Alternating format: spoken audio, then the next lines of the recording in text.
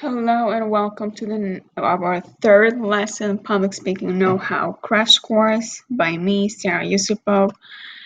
And today's lesson is all about what to do when your presentation doesn't go as planned.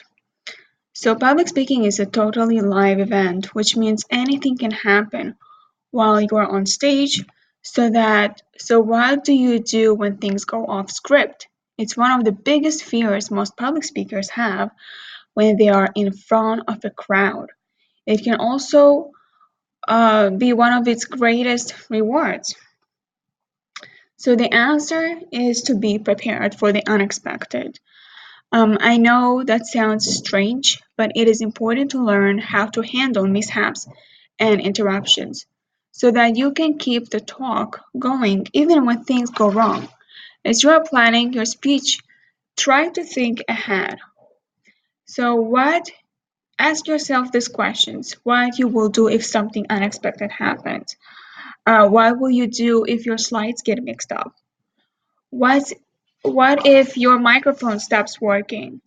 And how will you get back on track and keep the attention of your audience? And the last thing is, how will you handle a heckler?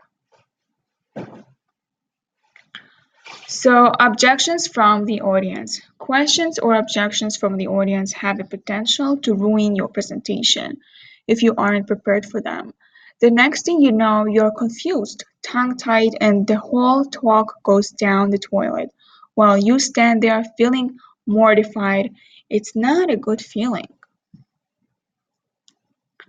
The best thing you can do to avoid this is plan ahead.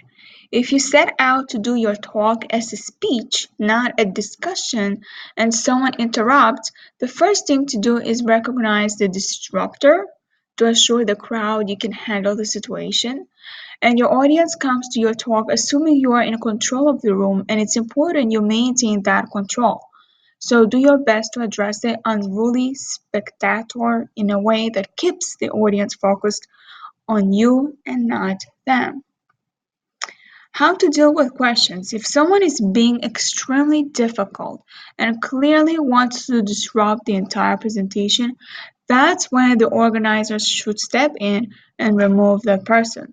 But many times the interruption could be a logical and politely asked question or need for clarification. Chances are that if one person asked a question, 4 or 5 others in the crowd had that question but didn't have the courage to interrupt you. Sometimes the disruption may even be verbal. It might be a hand in the air or a facial expression that is clearly communicating the need to interact with you. Again, the more you can maintain composure and recognize the question and either answer it or divert from it, the more confidence the crowd will have in you. Often the question can easily be answered without throwing you off track. A good tip is to say something like, "That is an outstanding question, which is right here on my notes." Or, "I will be answering that in a moment." When you do that, it gets a positive reaction from the questionnaire and the crowd. Then you can continue with your talk, just making sure you address the question as promised before you conclude the presentation. To help maintain a feeling of control and calm by thinking through how you will handle the unexpected before you even step on stage.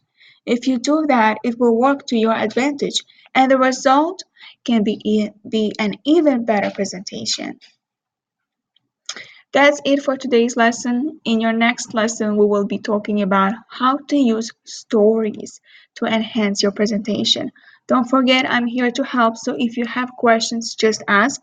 And the fastest way to reach me is here on twitter.com/Sarah Yusupov. Please comment, share, and also subscribe and like this video, and let me know what other presentation skills you would like to work on so I can create more videos like this. So, see you next time.